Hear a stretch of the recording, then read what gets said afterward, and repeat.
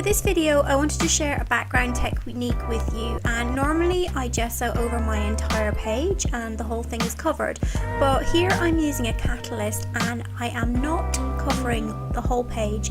I'm just covering small sections of it throughout, so that I'm going to be leaving some areas without gesso and some areas with gesso. So what we're going to be doing here today is using our gesso to create a resist onto the page, so that when we add on our extra layers of paint, we're going to be able to take some back and we're going to be left with a really cool pattern.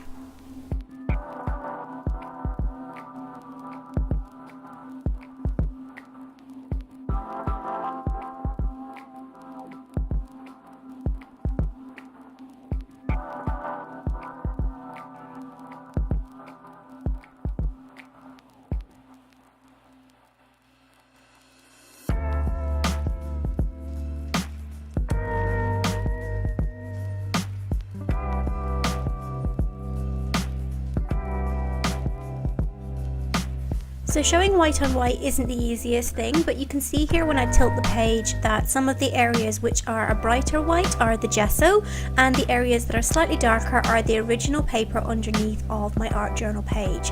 So what I'm going to be doing now in a moment is applying more paint on top of the gessoed page, and if you don't have a catalyst tool, you can absolutely use a paintbrush for this. I just try and use the widest paintbrush that you have and just really kind of scrub it out until it goes almost dry.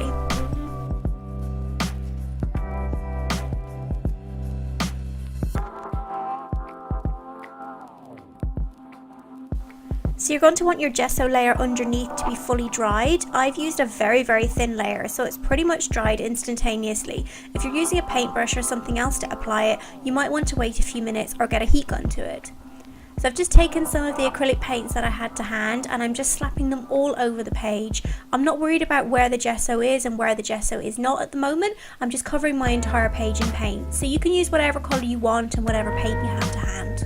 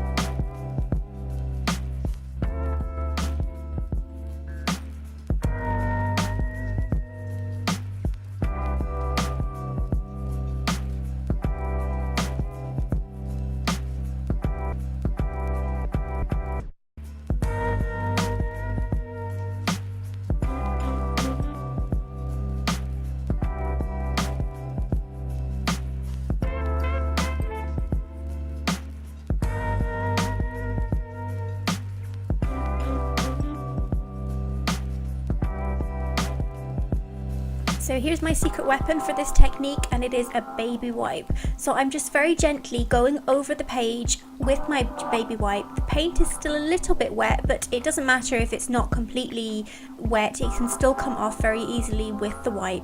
So I'm just rubbing over the areas, and what you'll start to see now is the reveal of the areas where the gesso is. So once you start taking some of the paint off, you'll get a feel for the areas where you have some gesso, so you can rub those off. Just be careful careful where the gesso is not, because if you rub too hard or too quickly, you might end up pulling some of your paper away from underneath. So just go easy and slowly and just keep going. You'll start to see lots of different textures in different areas where the paints maybe run out and before you put some more in, and it gives you a really lovely effect.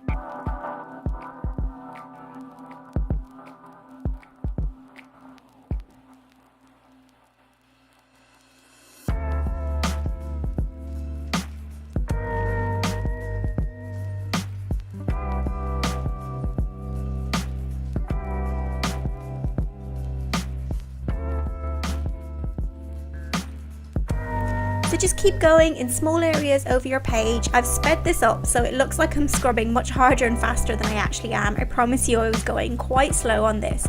So just keep going, revealing different areas of texture. Depending on what you've used for applying your gesso, you might start to see some of the marks from the brush or from your catalyst or from even an old gift card that you've used to spread it on there. And you can start to see really, really lovely effects, as you can see here. So I'm creating a much more depth, much more layered look, even though I've only actually put on a little bit of gesso and just one layer of paint.